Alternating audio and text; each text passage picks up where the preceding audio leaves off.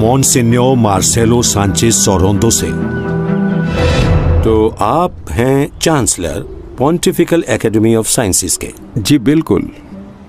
ये कब शुरू हुई और क्यों? 1603 में। 1603? यस। और पहली जनरेशन के लीडर थे गैलीलियो। तो एक नई एकेडमी बनाने का सोचा गया जहां चीजों के होने के साइंटिफिक रीजन डेवलप किए जाएं। हम दुनिया के आइडिया को दो अलग अलग तरह से देखते हैं। इनमें से एक तो है जेनेसिस और एक है बिग बैंग। दरअसल बिग बैंग कोई क्रिएशन नहीं है, ठीक है? क्योंकि हम नहीं जानते, हमें नहीं पता कि बिग बैंग से पहले आखिर था क्या। यही तो सवाल है मेरा। और यही वजह है कि क्रिएशन का कोई ताल्लुक नहीं है इस बिग बैंग से। दूसरी बात ये कि बाइबल का जो क्रिएशन का आइडिया है वो कोई साइंटिफिक आइडिया नहीं है।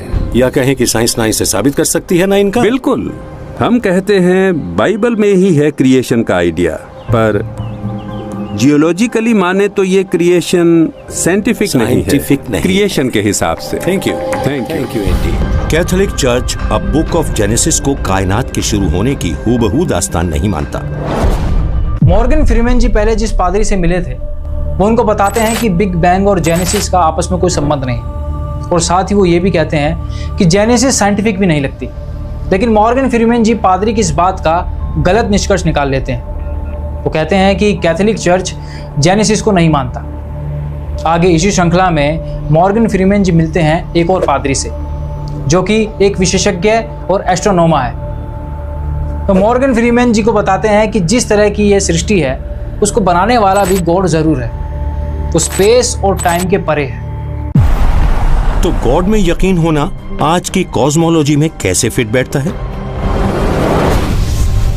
इस गजब की ऊंची मेहराबदार सीलिंग से लगता है कि हम पहुंच गए हैं जन्नत में। जी हाँ, एक तरह से कह सकते हैं। इसमें जन्नत को ही दिखाया गया है, a theological heaven। मेरे साथ हैं फादर जिसेपी टेंजेलानीटी, जो वेटिकन ऑब्जर्वेटरी में एक वैज्ञानिक हैं। आपसे मिलकर बहुत ही हैरान हूं मैं। आप एस्ट्रोनॉमर हैं और आप एक होली मैन भी हैं। जी, मेरी फील्ड ऑफ स्टडी रही है radio galaxies, quasars, extra galactic objects, और ये एक अलग तरह की जन्नत है।